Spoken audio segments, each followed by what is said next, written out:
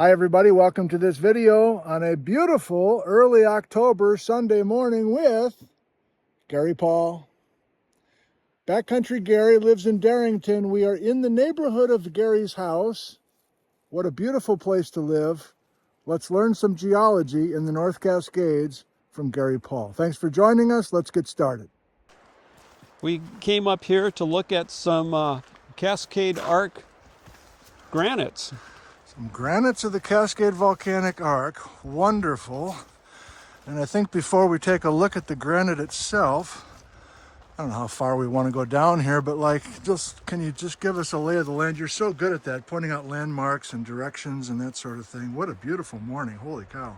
Well, I think the coolest thing looking this way is there's a peak called Exfoliation Dome right over here.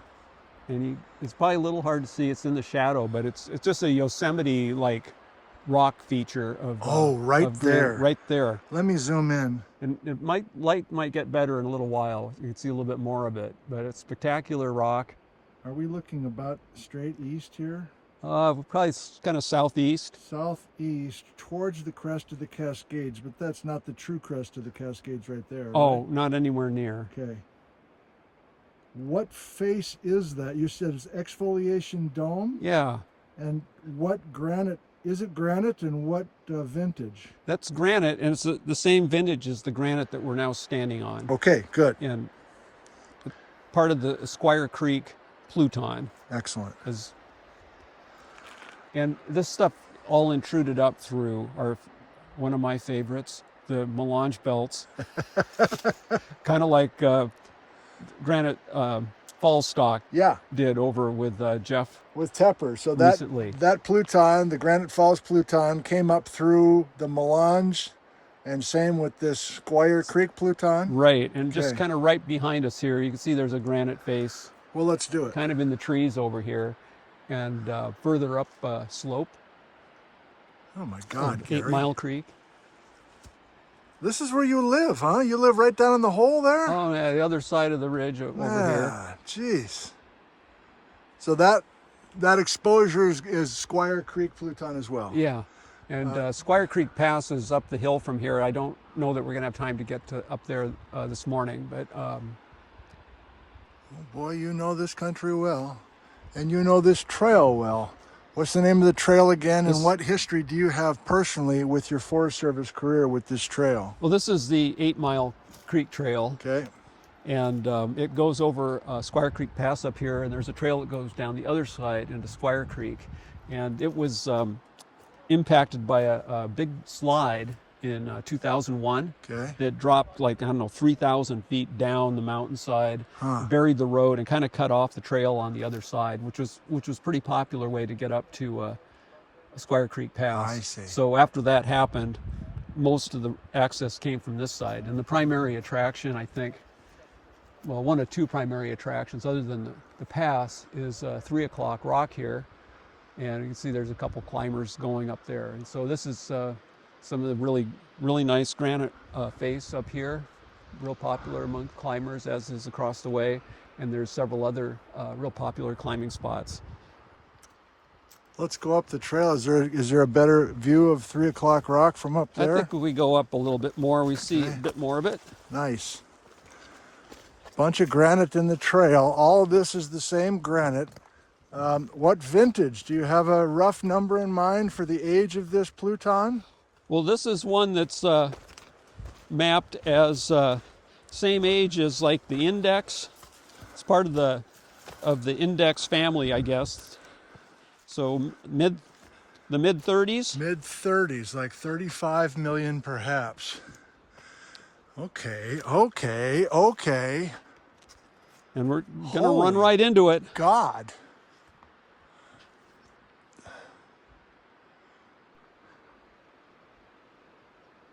All right, well, you know what I'm thinking? You're going up there?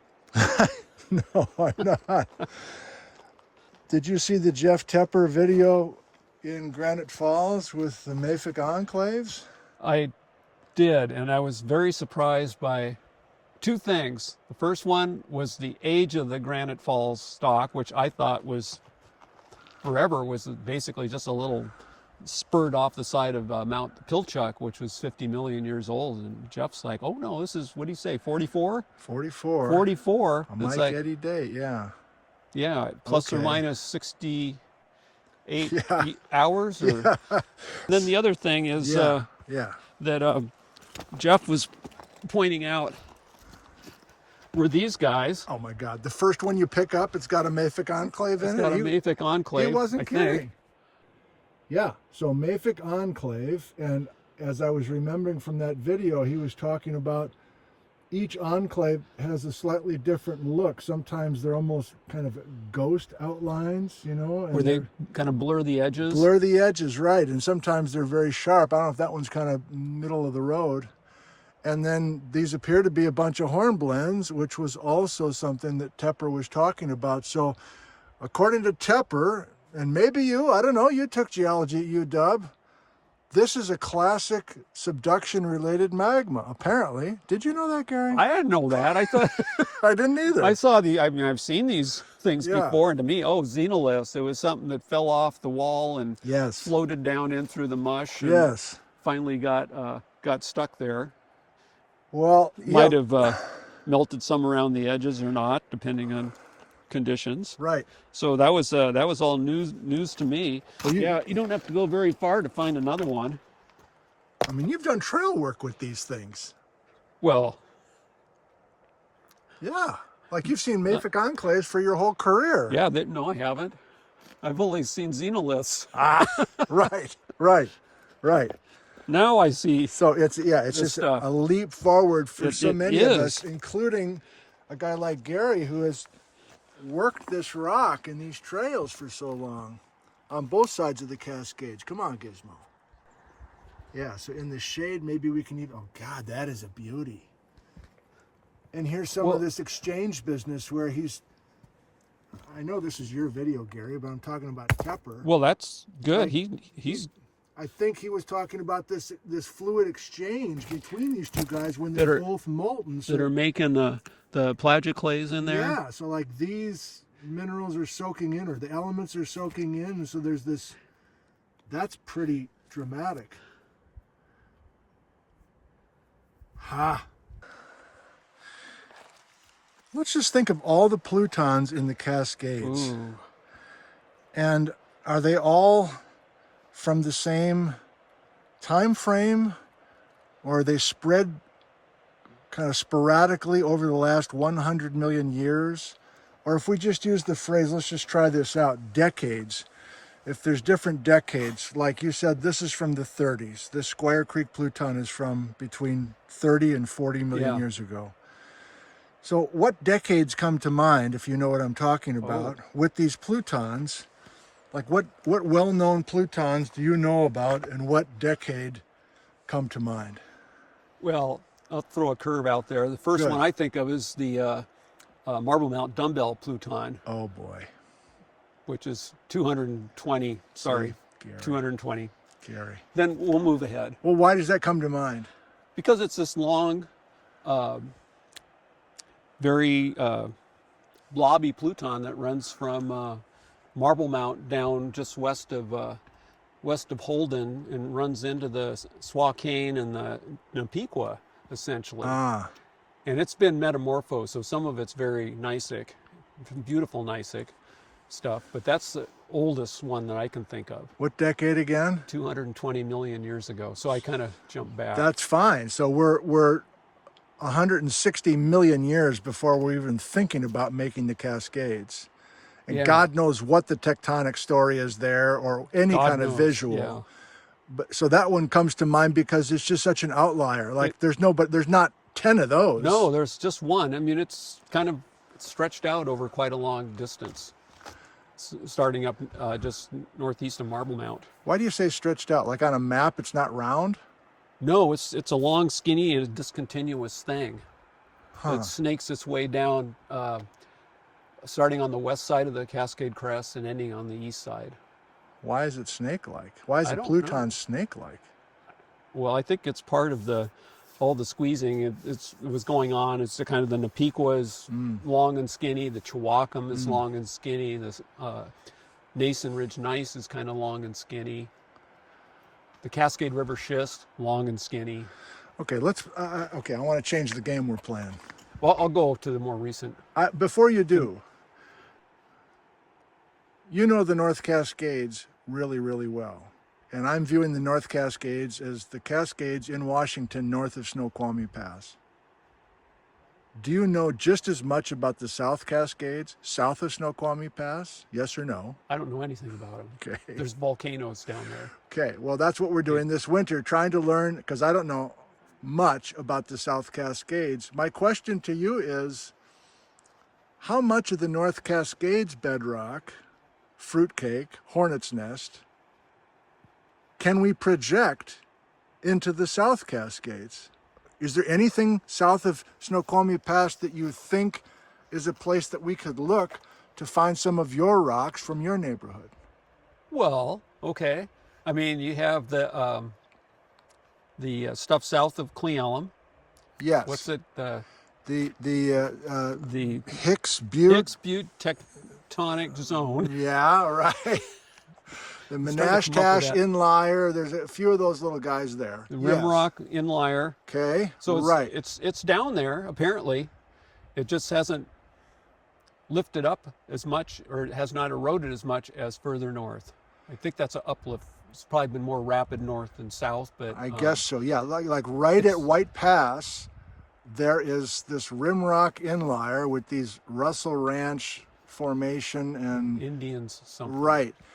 And at least Bob Miller and maybe a few others, Joe Dragovich, seem to be convinced that it's the same melange material that's up in your neighborhood. Apparently, they are liking to compare it with the Western Melange Belt, which is just over the hill up here.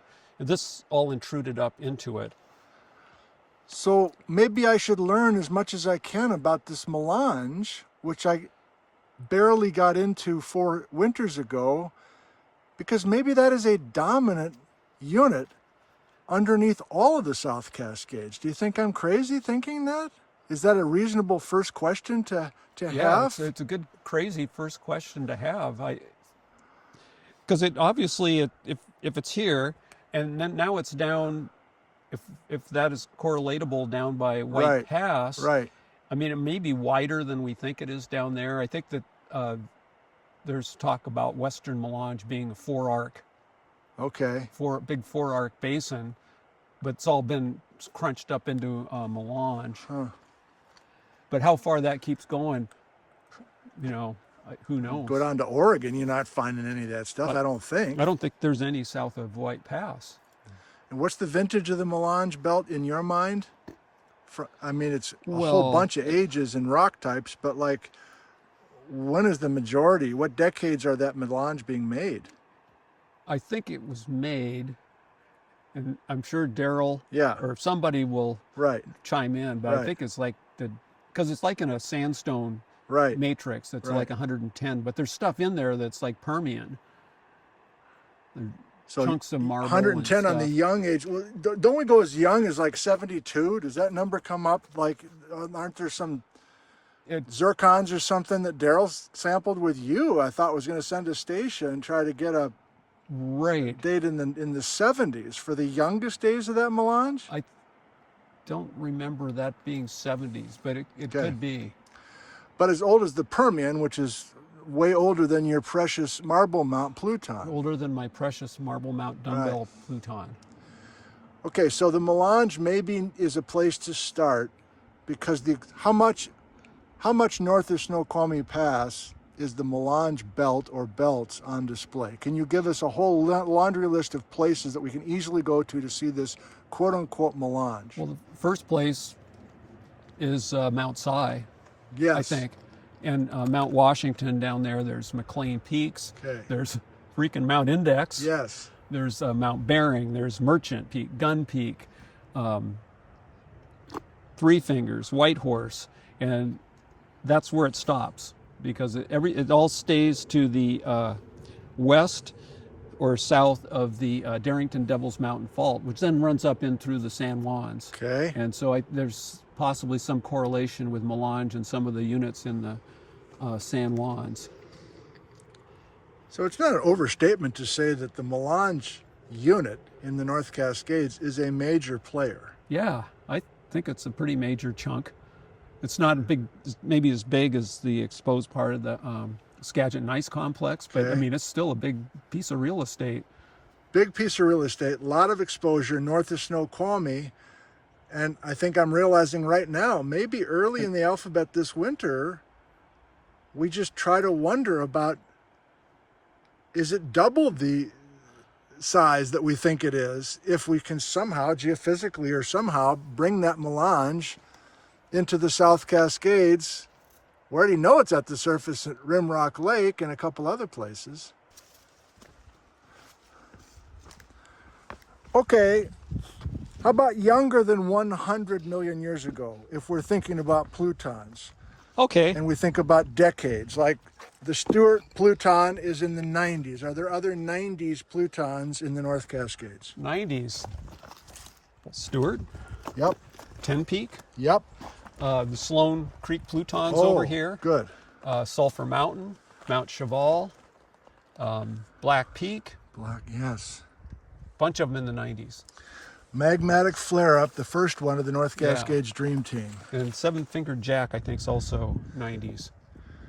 Makes you wonder if there's mafic enclaves in all those. And are those subduction it related does. or not? I don't know the It's got answer. xenoliths in it. My mind, beyond the 90s, from the Dream Team, then goes to the 40s.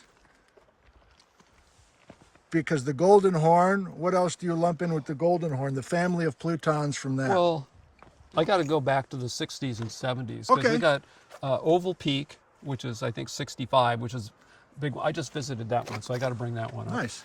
So that one. And then I keep, Riddle Peak, which is a layered gabbro, Okay. which is really cool, I think. It's one of the coolest Plutons that we have. A layered gabbro. Yeah. All the way through? No. A lot of it is. Really? Yeah. Yeah, and that's in the 70s. That's freaky. And then you get 60s, Oval Peak. I'm missing another one I can't think of right now. But then, yeah, you Cardinal Peak? do. Yeah. Is it? Yeah, I think it's Cardinal, which is right next to it. Okay. And then you get to the 40s and you got Railroad Creek, you got Golden Horn, you got Duncan Hill, some other ones, Cooper Mountain. Cooper Mountain, the ones that maybe had some major Yes. volcanic activity associated with them. That Some say super volcano. super volcano Right. that dumped ash in Aaron Donaghy's Yes. chumstick. Yes. And then I go to the 20s. I leap forward to the 20s where maybe we have, I don't know, maybe even more volume of magmas. Well, what about the 30s? What do you want to do about the 30s? Well, this. Oh, is that why we're here? Yeah, Okay. this. It is handsome. I'll give it that. It's not, I mean, that'd be an interesting thing to try to figure out. Like, what are the volumes we're talking about by decade? Yeah. What? There's not an enclave in this one? Did Tepper lie? Okay, well, here. You don't have to look too far. Yeah. I can see it now. I can see that exchange. How could I be so blind? How could Gary be so blind without his glasses? Now he's got Yeah. them on. Now I can It's see. like, well, looks like things are exchanging. What's that doing in here? Yeah. What a leap forward. Yeah, I think it's really a beautiful rock. You know, the cool part about that, Tepper wasn't even planning on talking about mafic enclaves. Well, And then you made my day there. me too. What do you want to lump in Well- with the Squire Creek? Well, there's Mount Index, Yes. which covers a lot of terrain. Good. There's this one, which is another chunk, Monte Cristo, Ah. bottom of Monte Cristo, 30s, Chilliwack, which is big. Chilliwack. And that's where we can find out that that's when the Straight Creek Fault turned off at 35. That's a big one. And that's a big one. And it's a composite batholith, so it's got stuff this age in it, and possibly Snoqualmie age also. So Snoqualmie is the other big one from the 20s, along with Cascade, the Cascade Pass, Dike, Cloudy Pass. God, you've got it all. Yeah, this is turning into just kind of a workshopping video. I really like this, Gary. Thank you. Let's keep going. Well, the Ohanapakash, maybe. Oh, If we're yeah, getting we away gotta, from Plutons. yeah, we got to talk about the volcano. So the Ohanapakash was going on at that time, and I think like the Tukwila in the Puget group, Oh. and that's the one that's really, how does that relate to Ohanapakash? What is the Tukwila? Beats the heck out of me. I grew up on top of some of it, part of the Puget group. Oh. So that's, I think, the bottom, and then you get further up and you get all the coal beds and stuff from Black Diamond and Newcastle. So that's 30s, maybe going back into the 40s. Right. Yeah. Okay, now let's jump ahead to the 20s. I'm having a blast. Just mostly thinking about Plutons. I thought maybe the Roaring 20s was going to be the hallmark decade. It could be. It still could be, I mean, right? you got Snoqualmie, you Yeah. got Cloudy Pass, you have Mount Daniel, andesite over there, Oh. which is right smack next to Snoqualmie. Has anybody connected that andesite with the Snoqualmie Pluton? Probably. Okay. I mean, You would I think think so. they're connected because they're right next to each other, Right. but Yeah. mineralogically, Okay. don't know for sure. Spirit Lake Pluton Spirit Lake, Tatoosh. versus lavas. Like, are there any lavas in the Cascades that are older than 10 million years old that don't have a matching Pluton, I wonder? Well, I think that right over the next ridge here, we have the Barlow Volcanics. Oh. So those are age equivalent to the Teanaway. And that's got a range of things that go from basalt to rhyolite. Why are you interested in the calderas in the Cascades? Do you feel like it's an overlooked story? Or do you have personal ideas of stuff you've seen that must be tied to a caldera somehow? Well, I think there are two huge ones that are up by Mount Baker, the Culshan and the Hannigan. Okay. And I'm thinking that also just east of there might be some that are older, and I got to look at the map more to see what those are talked about, how they're talked about. And then there's at least a small one by Glacier Peak. A caldera. The Gamma caldera. Gamma caldera. Largely eroded, but it's there. And I think that's one. I think the Cascade Volcano Observatory folks with USGS have been studying. I think they've got a lot of information. There's, I think, Jim Valance. I'll throw his name out there. I think he knows a lot, Okay. probably more than most, about what's Good. going on with Glacier Peak. Okay, let's keep going. Do you know of any other calderas in the Washington Cascades? I think I do. Which ones do you know? I think in these field guides, I'm hearing rough. I was just up at the Spirit Lake Pluton looking at some of those rocks on a Forest Service road north of Norway Pass, and they're like, well, here's some rhyolites probably tied to an inferred caldera. I'm like, what? In the 20s?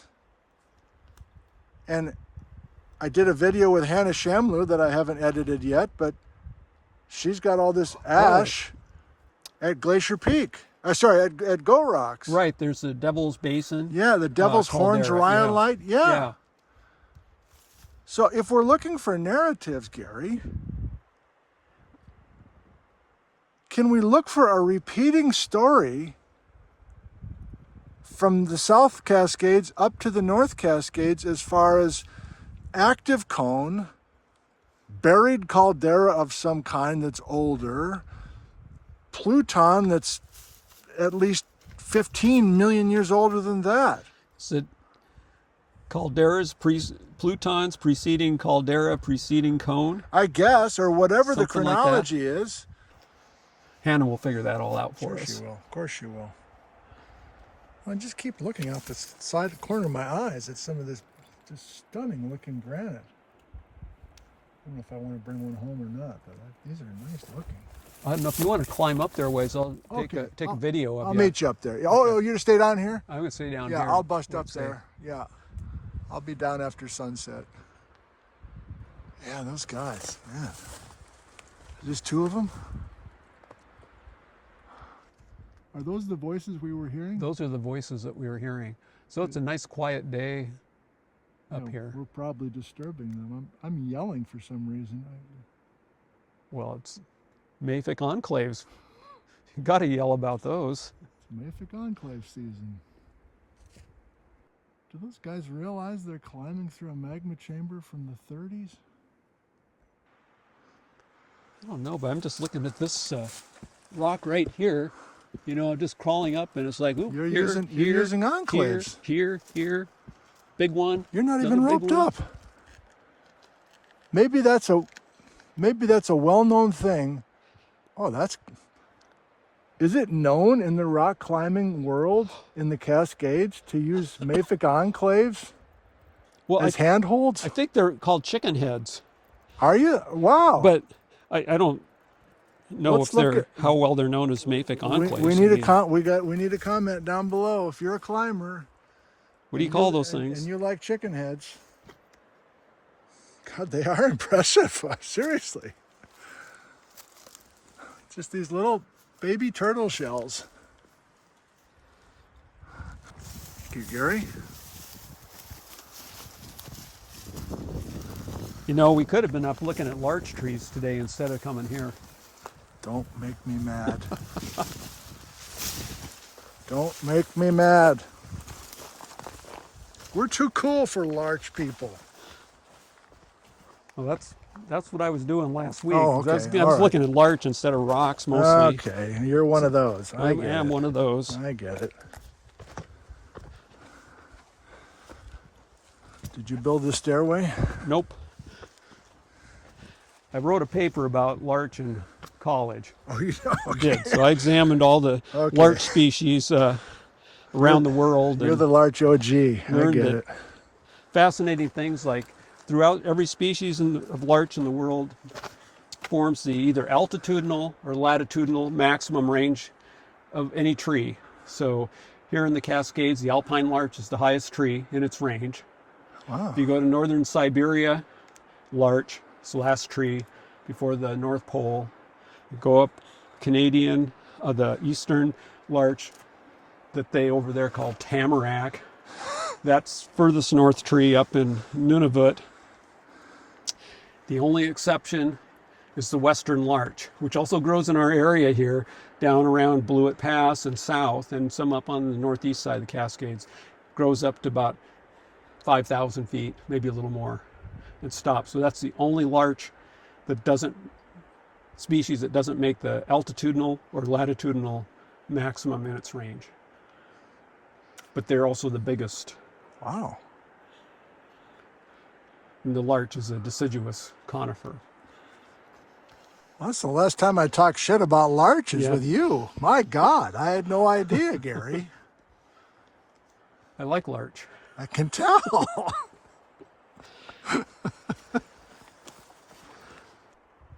Oh,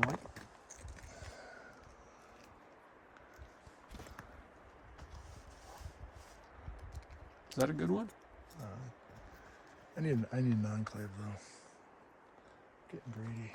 Yeah, I'll get you an enclave over here. Thank you. Ooh. Oh, yes. Yes. Maybe that. Whoop. I can't walk without. I think the shadow works better. Oh, okay. Oh yeah. You might want Look at that one. Gary. Oh, I've got plenty. Gary, you brought home another enclave. Throw it in the enclave pile. You mean the xenolith pile, dear? Yes. Yeah.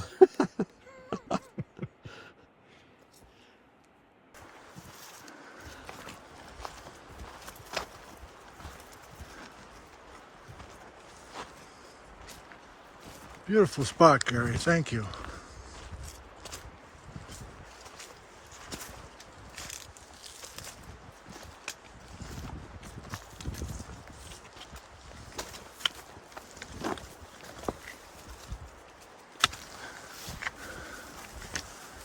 Squire Creek in the trail. Squire Creek, Pluton, everywhere you look.